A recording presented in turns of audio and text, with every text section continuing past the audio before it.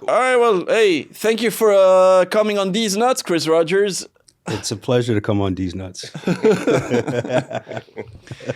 Dude, I'm very excited to talk to you. As a person who liked art before he started doing comedy, I was surprised the first time I did Kill Tony. I was, oh, there's live painting at this thing. It got me really excited that the fact that the show was showcasing artists that were not just comics. Right. And I think for a long time that was overlooked. People were not paying attention to that enough. Mm-hmm. But you found a way to get through that with the fun and quality of your paintings, I would say. Yeah, thank you, man. How do you pick what you're gonna paint before a show? With Kill Tony, I kind of was able to carve out a little niche in it with because he already has a artist he was working with. Yeah. Out in LA, Ryan J. Ebelt. And so he was already painting Tony and Red Band and whoever the guest is on each episode. So I just asked if I could paint. And I didn't want to step on his toes like as an artist. Like if I were Ryan J. Ebelt, I'd been like, who's this motherfucker? Yeah, and Ryan's a great guy. Great, phenomenal, yeah. You know, and he showed love right out of the gates. But what I would do out of the gates is when I first started painting with them is just, I think the first thing I painted was like a scene from Kill Bill. So I just started painting like different kill something. Like I did the Terminator. I would do like the Predator, like something kill. Yeah. And then like after like a year or so, Tony came to me and was just like, what if you concentrated on painting the regulars? Which is great because, you know, I was a fan of Kill Tony, but I really started watching it regularly when William Montgomery started becoming regular. He's fucking one of my favorite comedians. So that was a pleasure for me. So that's usually what I do. So it's only like 3 or 4 people at a time. So I kind of rotate through it and I try to do like different, I don't know, like I did a South Park rendition of the regulars, or like I'll paint, you know, Cam Patterson from like some X-Men or something like that. I don't know. Just have fun with it. Do something different. William Montgomery is such a paintable person. I know. I know. His expressions are insane. Yeah, and you don't have to do much in terms of exaggerating his expressions to really make him look. No, you know, balding, red hair, big red beard, and some kind of scowl. And very intense eyes. Yeah, yeah. There you go. You got him. Yeah, it's great. I've been following you, I mean, online, I guess, since we met, pretty much. And I would say I got on Kill Tony first time 2 years ago. And since then, the highlights of what I've seen you post about have been your murals on one hand, and then your recovery process on the other hand. Big on the recovery. And I wanted to discuss more. I want to discuss all of it, but I definitely wanted to talk about your recovery and what was your life before, and what are the emotional challenges you go through now, and how's your relationship to your art changed and evolved before and after recovery? Sure. Revolutionized. Creating my whole life, what got me into art as a kid was comic books. You know, I'm 43. I grew up in the 80s and 90s. So like anything X-Men, hell yeah, anything freaking Ghost Rider, you know, Tom McFarlane, like I was all about You're it. Todd McFarlane? Yeah, Spawn. Oh yeah, dude. I have every issue of Spawn until number 200. Yeah, I liked all the dark stuff too, man. I don't know if you remember like MTV Oddities, like Eon Flux and The Max and The Max. Such a great, dude, rewatchable show. If they brought that back, they would kill. The comic book is great too. Yep. So that's what got me into it as a kid. And so I was always drawing, but I was actually intimidated to start painting. I didn't start painting until I was like almost 18. And I got the opportunity to go to prep school in Connecticut. I grew up in South Carolina, but I was playing soccer and ice hockey and got recruited to go up north. And the art teacher there. You got recruited for hockey or for? Hockey. Oh, wow. Yeah. And the art teacher it's at Pomfret School in Connecticut, he said he would drop me a letter grade if I didn't do one painting by the end of the year. Because I was always like, I'll do oil pastel, do charcoal, ink, whatever. But I was just intimidated to do it, man. And so I did a painting. And it was a Bob Marley, and it's been an obsession ever since. And that's what I studied in college. And sorry, because you opened a can of worms. Like, how did you end up playing hockey? I got rollerblades when I was 11 years old, and there was a old school shitty movie called Airborne with a young Jack Black. And I've watched that. yeah, dude, and they're like racing down Devil's backbone and shit like that, and it got me into rollerblading. And so, ironically, right then in South Carolina, in Hilton Head, South Carolina, there was a roller hockey league that started up. Oh, and so I was just obsessed with it, man. It was so much fun, and two of my best friends, our families would carpool to Charleston, South Carolina, which is like a 4-hour round trip. That was the closest ice. And so that's what we would do. But when ice hockey really took off is when I moved to Atlanta, Georgia. Oh. And my mother would fucking drop me off in the morning on the way to work and pick me up at night from the ice rink. I just lived at that bitch. Eating concession food, dude. Just skating. That's beautiful. To me, the roller... I mean, hockey is not big in I would say, mid to southern Europe. It's obviously very big in Scandinavia. Mm-hmm. But what opened my eyes to rollerblade hockey was that scene in Clerks. Yeah, and just on the rooftop. Exactly. And I was like, "This looks awesome." It's fun as shit. Yeah, that's what got it started. So so you got into prep school and you're painting. Mm-hmm. And at that time, are you are you abusing any substances, or are you still a clean kid? I was actually, thank goodness, because of sports, I was pretty mellow. Like I had a couple beers when I was 15, and I would drink here and there. Mm-hmm. But it didn't get out of control until my senior year of high school. At that prep school, ended up getting expelled for drinking. There was a couple other things, but the nail in the coffin was the drinking. Yeah, blacked out and went to class. And what did you do in class while you were blacked out? You don't remember. What were you told? I remember my art teacher. I was in art class, and he sent me back to my room trying to play it cool. But then I went to lacrosse practice, fucked up, reeking of booze. Yeah. And was there a life event that changed your outlook and then made you want to drink more or be more self-destructive, or was it just being a teenager? I think it can be nurture or nature. Like my father, I grew up without my father, but he was a boxer and a wrestler in the Army, and he was an untrained artist. He liked to draw, and he was also a violent drunk when he would drink. But he was, and I had a natural propensity for all those things. Like I just gravitated towards physical sports.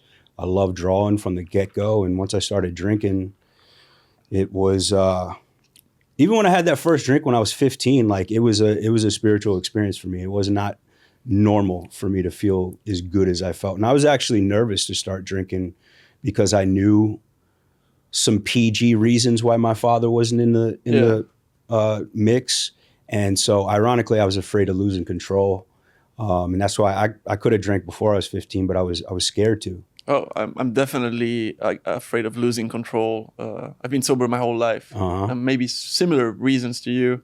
Amen. Except I stuck with it. Is it in your family? Drugs. Addiction. Addiction. There's mental illness in my family. And I think... Tomato.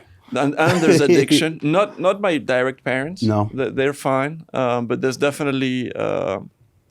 I mean, they've dabbled in their things, but there's no real problem with it at all. Whereas I've had uncles that have severe problems, and friends and people associated with the family as well, like close friends to the family. But yeah, I think. Do you feel like, because this is something I feel like I've done? Like I think a lot of the mistakes or some of the behaviors I've had in my life, such as maybe me a little anti-system, being a little rebel, causing like. I've done a lot of that. Or an indirect way of me connecting with my father because of how I perceive him to be based on what I know about him. Mm-hmm.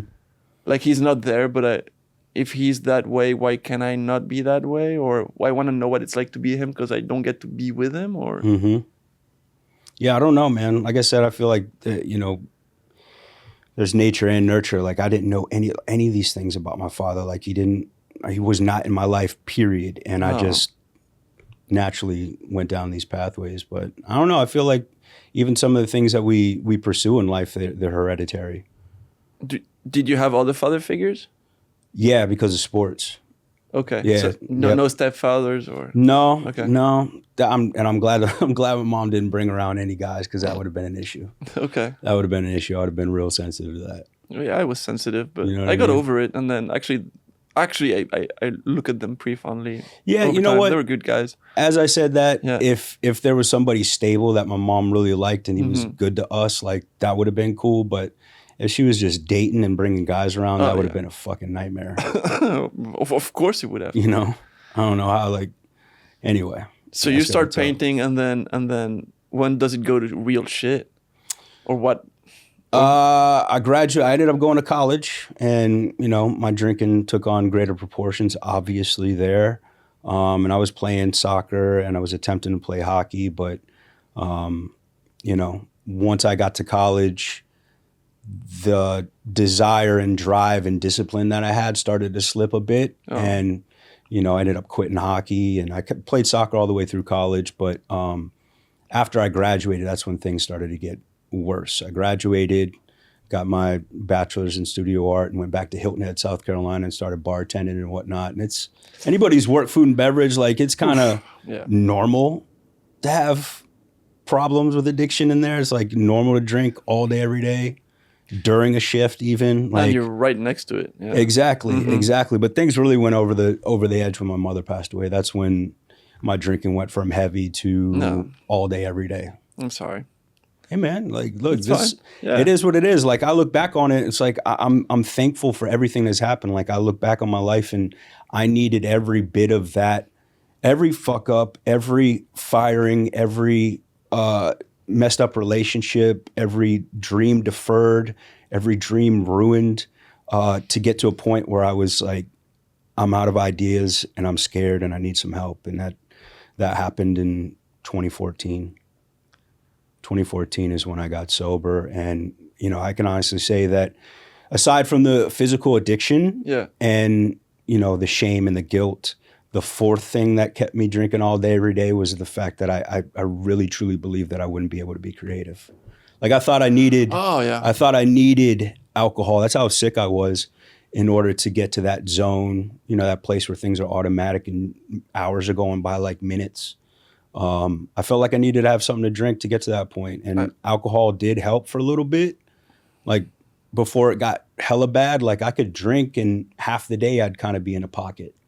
Then it was a couple hours. Then it was every other day, a couple times a week, a few times a month. Then it was radio silence. And that was a scary time for me when I couldn't create and I didn't have an outlet anymore. And I was neck deep in my addiction, like too afraid to kill myself, too afraid to deal with reality, kind of stuck. That's where a lot of people are. Yeah, I've heard similar comments from other creatives that got sober, where they're like, "Yeah, I was," but I feel like it's a lot of most of my friends that I know who always try to encourage me to drink always tell me the same stuff. It's like, "Well, dude, like you're gonna be more social. I need this to talk to girls." It's like somehow the desire to drink makes you find reasons why you should keep drinking. It's like, you know, for you, maybe it was, you're not going to be creative. For other people, it's like, well, I'm not going to get laid, or I'm not going to... The one excuse I hate hearing the most is, oh, I need this to relax after work. I need my glass of wine after work. I need to relax after work. It's like, you don't. No, you don't. See, that's the thing about addiction too, is like you got alibis for everything, man. Yeah. I'd critique it, but I've used all those. Oh yeah, I've heard used all those alibis, man. And when it comes down to it, at the end of the day, I enjoy the effect that alcohol produces, even after it stopped producing an effect. Oh yeah. Even after it did, and I remember the time when it did, and I was already living here. And I went to ACL for the first time, and one of my favorite bands growing up, Red Hot Chili Peppers, was the main. I've seen them. Right? Twice. And so I had like my little Gatorade bottle filled with cheap ass vodka, splash of Gatorade, pocket full of drugs, and I got to the stage early, so I was like 8 rows back. And you know, with ACL, that's like 80,000 people deep, and it should have been this like world-shattering, earth-shattering, amazing freaking moment. And I felt so alone that it actually hurt. And I ended up leaving like 4 or 5 songs into their set and going back and getting fucked up by myself. Oh man. And it was not celebratory. That is deep depression right there. Bro, that's it. I was a shell. And the worst part about addiction is I still had to maintain this facade like I was cool, like I was good when I'm not. Like if we were boys back in the day and I saw you and you're like, yo, Chris, what's up? Yeah. I'd want to like grab you by the side of your head and be like, Rick, I'm fucking freaking out. I'm gonna kill myself, but I'm too afraid. I don't know what the fuck to do. But instead of that, I'd just be like, yo, Rick, what's up, man? How you doing? Like it was a nightmare to have to put on this facade, man, and just, you know, and that's what recovery helped me do, is just to start to take those first ginger steps towards reality. And what allowed me to do that was the fact that I had a room full of people. And mind you, they were strangers. I didn't know anybody, but I had a room full of people where there was no hierarchy. Mm-hmm. I wasn't judged. Whether you got 40 minutes or 40 years of sobriety, you're on the same level. Mm-hmm. And I don't have to believe in anything. There's no fee to pay. And I needed that level of acceptance in order for me to stop running and stop fighting. And if I would have walked in there and had somebody, trust me, I was looking for somebody to look at me wrong or judge me. Yeah, tell me what to do. You know what I mean? Just your tone be off a little bit and I'll give you 3 middle fingers, man. And that's the tragic part about addiction is like people fight it. People fight it to the very end. Like it's almost like you're in the middle. Imagine being in the middle of the Pacific Ocean and you're treading water about to drown and a fucking ocean liner pulls up next to you. And if they look at you wrong, you're like, go fuck yourself. Like that's addiction. It's crazy. Yeah. Yeah. I've been there without the substance addiction, where I get very antisocial. Mm-hmm. I wouldn't say like I have an antisocial personality disorder. I'm not that far, but I definitely can see days where I'm like, I'm gonna be self-destructive right now, and I used to let that emotion ride me and ride my decisions for, hours and days. Now I've got it down to where if I get into a self-destructive mood, to recognizing it earlier and trying to find a way to put a stop to it a little earlier. Like maybe, this is okay. No, you're not yourself right now. Get out of the house or watch a movie or get out. First of all, get out, go do something, go have lunch at a restaurant, go see people. Maybe food in your system will help. Maybe you're just hungry. Whatever it is, do something that's gonna switch gears, and don't let it win. Don't accept that you're being self-destructive right now. Like don't destroy yourself. Just find something to latch on, and then when I recognize that, generally my anger will go down faster, and then three hours there, I was like, it was just why did I get there? The mind, dude. The mind. The mind is insane. Yeah. I mean, I look at my art from when I was before I got sober, and it was just it vapid. It's empty. It's definitely me, but it was just like there wasn't any fucking virality or anything like that. There wasn't any life in it. And nowadays it's totally different. And conversely, one of the things that I learned in recovery is that when it comes to creating, like I just needed myself. I need an ability to be present and authentic. And that's something that I lost in addiction. I mean, not dealing with reality. I mean, how many times a day do you lie to yourself and other people and sweep shit under the rug and not feel something like, you know what I mean? I really feel like whatever creativity is, like it's something that is absorbed. It comes from without. It's something that I receive, and me being open and sober, it just makes my antenna that much bigger. Definitely when I'm at my most creative is when I find a way to like put my phone down, let my mind go still for enough time, and then open myself to writing and being receptive to ideas. Right. But phone has to be away, distractions have to be away. Right. Maybe I'll put some music, maybe not. Music is good. But overall I need quiet time and just be alone. Just leave me alone. Just let me write my ideas. Maybe something will come out, maybe not. But for sure, sometimes it can be if I'm at the back of a comedy club and people are talking. Right. There's a lot of white noise. That's what I'm saying. And if I'm alone in my thoughts or surrounded by white noise or at a pub or at a bar, Coffee shop. I can write a lot. Right. When I know that nobody's looking at me, they're all involved in whatever they're doing. I'm not getting distracted, actually. Be around people, but not around people. Yeah, pretty much. I got around you. something. Yeah. Or be totally quiet at home at my desk. That's also one of my favorite spots. So you paint on Kiltony, you paint live at events, I know you do commissions, you do big murals. What do you like to paint when it's for you? Do you have time to paint for you? Do you do that? That's a great question, because I luckily I've been able to build my reputation enough up that people are familiar with my artwork, and a lot of people that do commission me to do work, they'll give me maybe a couple notes, maybe a general idea of what they want to do, but they overall they give me the authority to like do what I want to do. And that's, I just came from Joe Rogan's club. I'm starting a mural series over there right now, and they're letting me go ham, and that's amazing. But I have yet to set aside a few months to just kind of experiment and kind of lose sight of land, so to speak, and just get weird. Because in the murals I've seen you do landscapes, and I've seen you do like modern shapes, like very like graphic, modern like lines. It's just worlds apart in style. Yeah.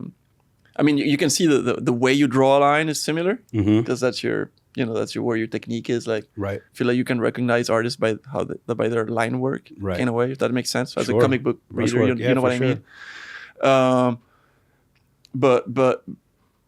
But I can see that you're able to do very different things. But I was wondering, which one is you actually enjoying more right now? It vacillates, man. Like I obviously do a lot of portraiture work, which is always fun for me. But in a lot of my mural work, I like to tell stories aesthetically, and I'll use portraiture work, obviously. But I mean, one of my favorite artists all time is Salvador Dali. I love the way he tells stories and the metaphors and the surrealist aspects of composition. That shit's so much fun for me. And so that's something that I really enjoy doing. But as far as like going back to your question about like what do I want to paint for myself, like I still have yet to put that out yet. That's interesting. I know. Like I have a notebook and notes in my phone of all kinds of ideas that I've yet to like set aside 3-4 months and just kind of experiment with. That risks being put on hold for a long time. Yeah. That's the unfortunate reality of like, I have notes of topics I want to talk about in my comedy, and I have ideas of beginning of jokes, but I know that the idea is so complicated that I'm like, I actually need to not do comedy for like a few months to just be able to sit around this and not be distracted by other stuff, but I can't afford to. Like I want to talk about specific events of my life where I'm like, how do I keep getting glimpses of ideas, and I'm like, I write them down, and okay, I should approach it this way, I should approach it that way, but I never really actually sit down and do it, because I just don't. It's just, I get intimidated by it. I know, man, and that's the unfortunate part about this deal. And I really feel like when it comes to like creating, I forget the quote. It's a woman. It's a long paragraph, but it's essentially communicating that it's not the artist's job to fully understand and definitely not judge the work. It's the artist's job to be out in the lightning storm, receive it, and just express it. Just put it out there. Yep. Rough, weird, unfinished, unrefined, whatever, just get it out there. And that's usually when things start to take shape. And I'm victim of it, and I'm guilty of it, just getting up in procrastination and overthinking things and judging things before I even start to paint. Do you feel like when you do live painting, with all the live painting you've done, did it help you get free of overthinking a piece and being able to say, it's not finished, but this is what it's going to be?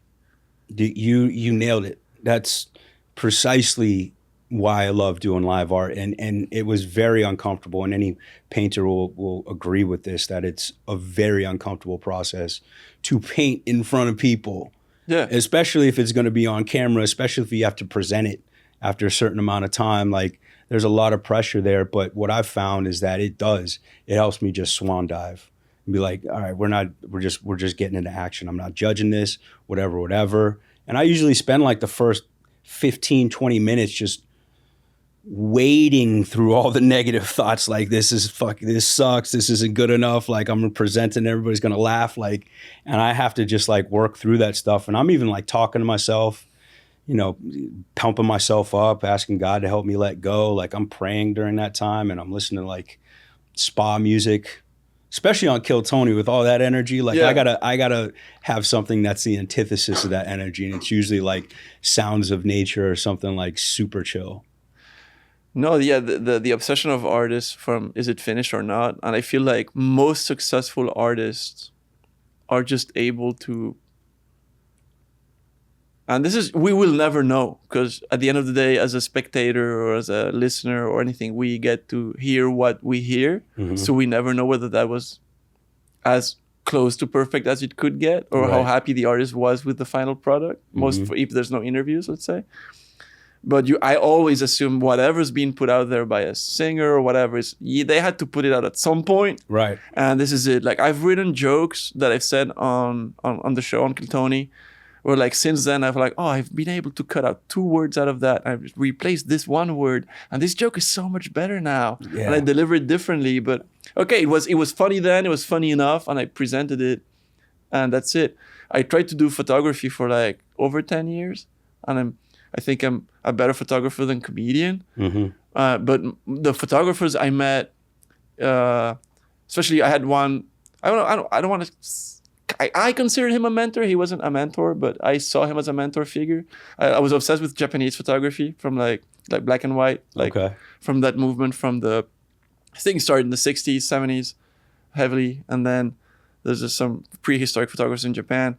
And I went there a few times. And I know all the camera stores and all the like. I want to go. I love Japan it. I just so love it. Yeah, it's so good, and it's just great. And then, one of the guys was like, "Yeah, you have to show your photos to people.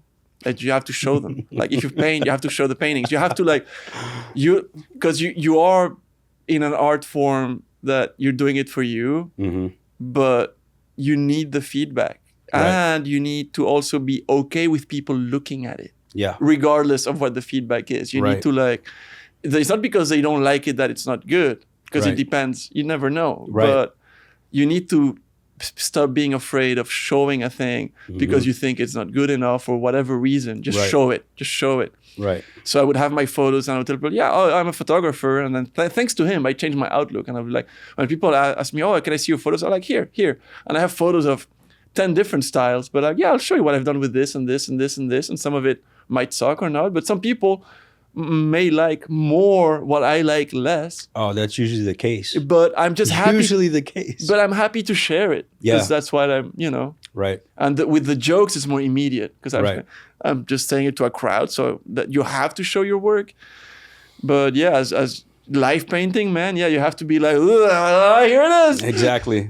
No, trust me. I'd say half the time, at least, when I'm showing that painting at the end, I'm cringing.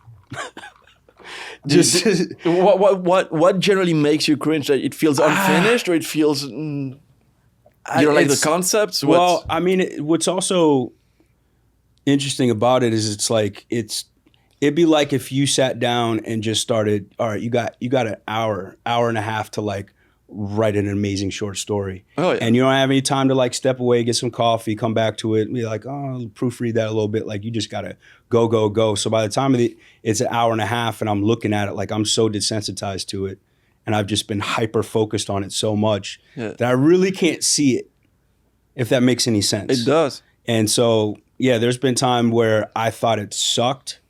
And then the show was over. I went and hung out for a little bit and came back and looked at it. I'm like, that's actually not that bad. You know what I'm saying? I know. I've had some of the Kill Tony episodes where you never know who the guests are until pretty much last minute. Right. Where I would be in the green room or waiting, and then I finally know who the guests are. And then I'm like, shit, okay, let me write a few roasts for them, right? On the spot. So the deadline is about... You're so good at that, man. You're so quick. But there's like 20 to 30 minutes to find out a good idea about someone. And I'm not, and then I'm trying. And then sometimes, because there's an organic part to the interview process, so sometimes I get to say them, sometimes I don't, right? So like, and then I'm like, and then in the cases where I don't, then I'm back home looking at those jokes that I wrote, and I'm like, that one was fantastic. It's a pity you didn't get to say that. And then other ones where I'm like, thank God you didn't say this, because that was awful. That was so bad. It was just like, ugh. Like, that was just so pathetic. It would have destroyed you if you had said this. There was this one show I did where Post Malone was there. Okay. Dude, I had so many good ones for him. And I was just like, there was no space for me to say a roast to him. It just didn't, because I started roasting the other guest.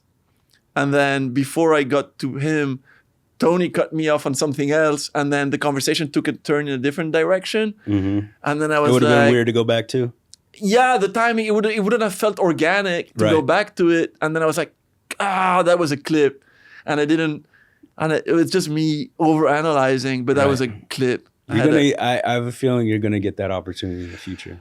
I will. I won't. The joke is there. If I ever have him in my crosshairs again, it will come out. I'm not gonna miss do it twice. Dude. You know. That's one of the things I really appreciate about your comedy is like not only how quick you are, but your timing is good, and it's dry in some areas. It's abrasive in some areas, and I mean, especially when you're roasting, like how quick you are. Like when you and Hans were going back and forth. That's when I was like, who the fuck is Rick, man? Rick is not letting up at all, man. He's going for the jugular. Like, I respected it. I was cut off. I had many jokes for him, but I've mentioned this in other episodes, but I'm kind of always sad that I spent so many hours writing jokes for that. Yeah.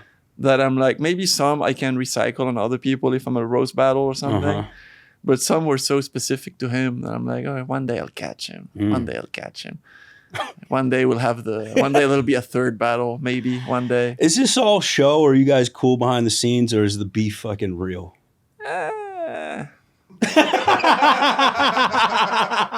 Gonna drink my drink now. Dude. I think it's hilarious, man. And Hans, I like Hans too, man, but just like there's chemistry between you two, and the chemistry is amazing. But that's why I thought before I challenged him that it would. They say I'm a huge MMA like fan, you know, and I always listen to that phrase, styles make fights. And I thought the only person that makes sense for me to challenge or have a battle with on this show is him. And it proved to be right, because I knew stylistically this is where it was at. Like the other ones didn't make as much sense. Right. This one made sense. Maybe the other one that would make sense is David Lucas one day. But David knows. David knows. One day. He's on the list. Yeah, but no, like not in. I wouldn't approach it the same way, and it has to be when it makes sense for him and for me at the same time. So I'm not just gonna randomly challenge him to a battle. If I ever battle David, I would like it to be something that we're both aware before, and that it happens in the right format, and that he's happy to do it. I don't see why he wouldn't, man. Because with those battles, you're trying to get clips at the end of the day, right? And you're trying to, create a moment either on the show or either wherever it is that can be a moment then online. So for that, I think I need to be a little more. I need a bigger online following that I need to build myself, so that if it ever happens, it makes sense commercially for him to be like, okay, let's fucking go. I mean, you got a pretty good following, but you got like 80,000 Instagram followers. Yeah, but he's ahead of that, and then there's people ahead of that. So normally he's trying to hit people on the show that are way ahead, and then and it all makes sense. I'm not judging him for that. I've seen him at the Comedy Store going back and forth at the back with people. Right. Like, he's not afraid of that. No. But I'm not a natural roaster like he is. Like, he'll be able to just look up and down and just be very creative. Yeah. For me, English is not my mother tongue. I miss a lot of cultural references from this country. Like he's able to Yeah, I pull didn't out think of a lot about of that. stuff from TV and childhood. Like Right. you look like this and this mixed with this and this, and I'm like, I don't know who any of those references are. So I need to be a little more written and prepared. So that's why I need an extra time to prepare for it. But I think it would make sense, like visually, like David Lucas versus me on screen will be funny. Yeah. Just the you know, the tall with the like I mean, a come line on. and a circle. Yeah. It's gonna be funny visually, and then also like he's who I am on the show versus who he is on the show would make sense. You know.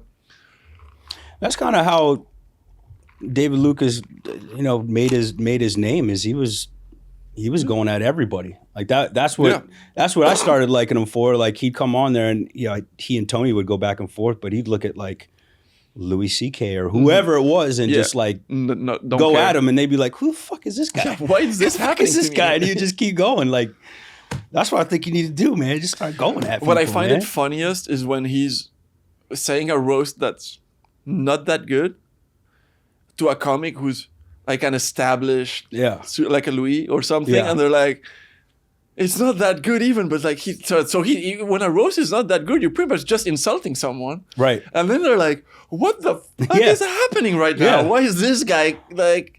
And then it's to me that's the funniest. Exactly. The that shamelessness that he has of like, well, you look like, yeah. So ruthless. You got the same thing in you, man. Well, you know, I got my own way of doing it. I know. It's brilliant. I think I don't know if I ever wrote roasts for you, but I started writing random roasts for like any, and I have roasts for people in the band. Like So for when the time comes. You gotta roast me, dude. What is it? Do I have? I can look for it. Let me see if I ever wrote something for you. This is gonna hurt my feelings. Is it? I don't think so, dude. I know it's gonna hurt my feelings already. I don't know why I just asked for Rick this. to do it on his podcast. Oh no.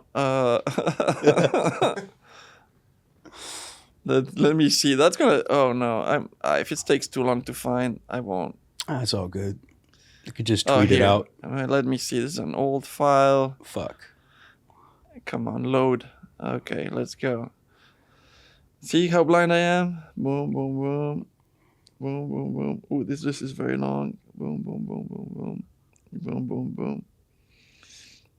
Martin Phillips, I'll get you one day.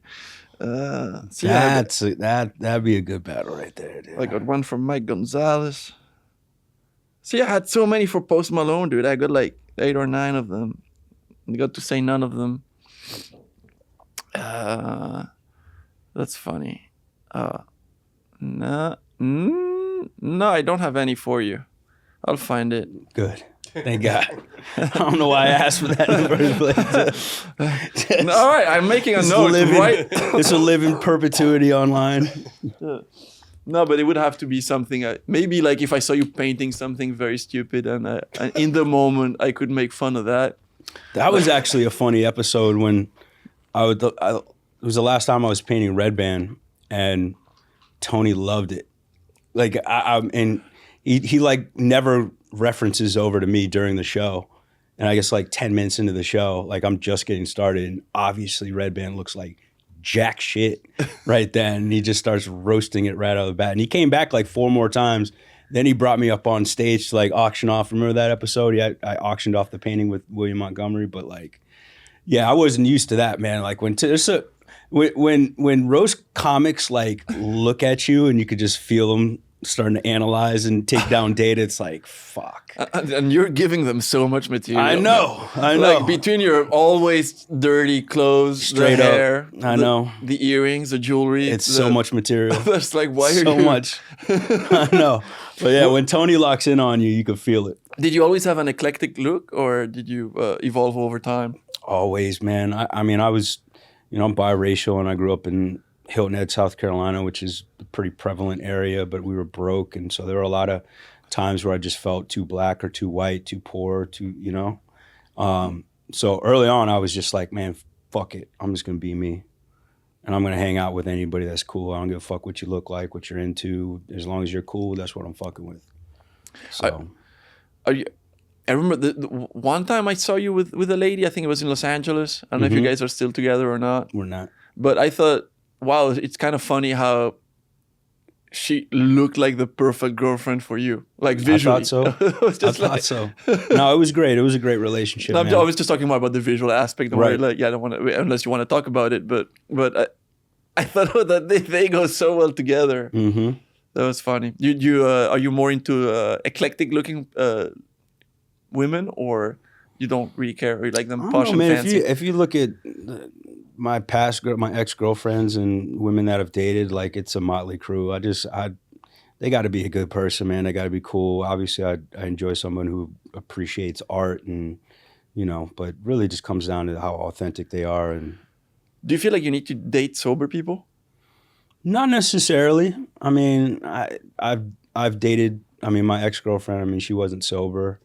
And I've dated others that weren't sober, but it's not a problem for me as long as they're not, I don't want to date somebody that's like drinking every day, or like when they do drink, they're fucking sloppy. Like that I can't really deal with. But like if someone's responsible about their use, I don't give a fuck. It doesn't bother me. All right. Well, you see, because I've been going back and forth with that. And I'm like, ideally, I'd like to be with someone sober. Yeah.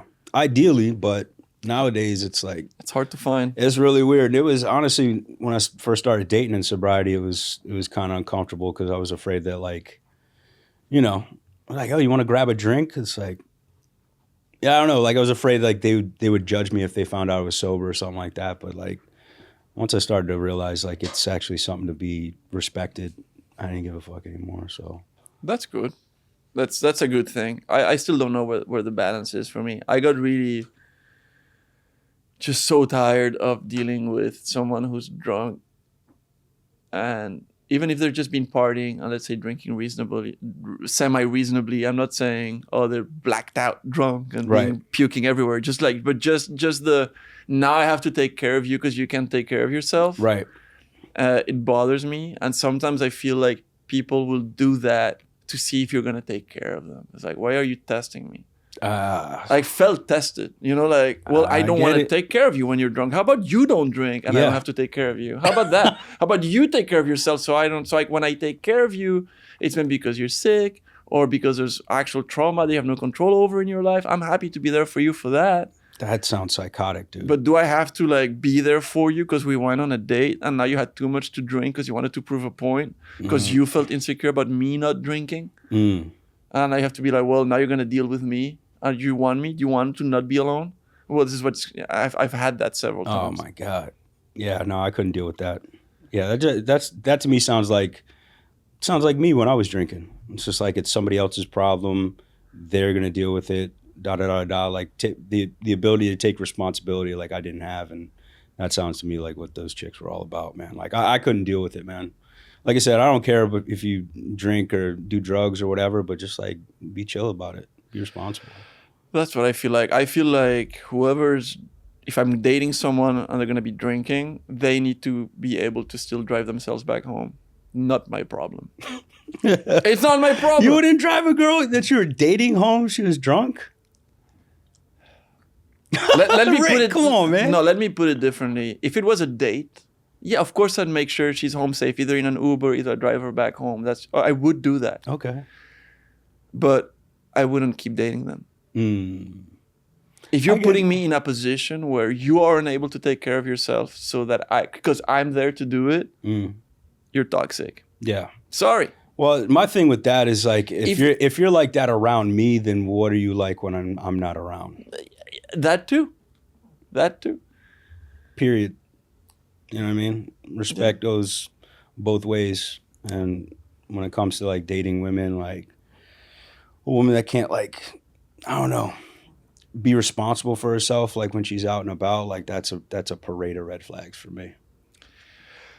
I would say that, okay, like if I was drinking and doing drugs and we're both doing it together and it's our thing together, then so be it. One time it's me, one time it's you, one time it's the both of us, whatever. But if you know I'm sober, it comes with its challenges. So, and it's not, and I've always been put in a position of, because I was never drinking, of like, well, you're the one who's different, so you have to adapt to me. Right. Because most people are able to drink a little bit and just have fun and relax and be loose. And I'm like, I can just enjoy myself at night. Maybe I'm not as loose as you, but I'm still enjoying myself, even though maybe I'm a little more withdrawn because I'm more shy or whatever. Sure. I don't need to take care of you. I'm still fine. Right. I mean, you say I'm different. I was feeling fine until you pointed out that I was different. You're making me feel different. So I don't like that. Yeah. See, for me, I really don't like to, I say all this and I still don't judge. Like if somebody's, because that was me. Like how could I possibly judge somebody that's got some issues with a substance or whatnot if that was, I've been there. I've been that person. There's judging and judging, right? One is, if we're not dating, you're not my problem. Right. Do whatever you're doing. If you are taking substances to a point where you're becoming annoying, like you're like, I might just move to the other side of the room. Right. You do whatever you want. But if we're dating, then it does become a day-to-day inconvenience for the both of us. Right. Like if we're dating, then we both have where are we going? Like, for example, one thing that my mom always used to do at restaurants is like we would go to any restaurant and my mom would be like, the guy would be like, for you, sir? And I'd be like, no, I just need a Coke. Yeah. And then my mom would be like, it's because he doesn't drink alcohol. And I'm like, what? Your mom would shame you? The conversation was over. She wasn't even... No, she was trying to even bring me up. Like she was kind of like expressing pride, but like making a big deal out of something that, no, I just wanted a Coke. Right. And he doesn't need to know my entire life story. Right. Like why is this becoming a thing? And then some of my exes would do the same shit. And I would have to be like, now I need to explain myself to people I don't want to explain myself to. I just wanted to have sparkling water. I just wanted to have a Sprite. Right. And the guy was just going to bring me that, no questions asked, because that's what they're paid for. They're not there to watch us unravel as a family unit. What is going on? I don't know. Family's crazy like that, though. They imagine the opposite situation where they ask me first for some reason, and I say, I want a Coke, and my mom says, I'll have a glass of wine. I'd be like, it's because she drinks alcohol. Right. Right. Putting her on blast. Yeah. And then she would sound like a total alcoholic when she wasn't, right? Right. It's funny. Since then, she's actually stopped drinking alcohol. Really? Good for her. Yeah, and it's kind of funny because then it's like, you were kind of right the whole time. I was like, you triple. I feel so much better since I stopped drinking. Yo, that shit's evil, man. It's evil. She wasn't even an alcoholic. Like she was just drinking almost every day, kind of like with a meal, like a glass of wine. Yeah. And then she just stopped, and then she was like, I feel so much better. Right. So anyway. Chris, thank you for coming on Diez Nuts. Thank you for having me on Diez Nuts. And I'll see you around. Yeah, man. Love you, dog. Love you too, man. Yeah, man.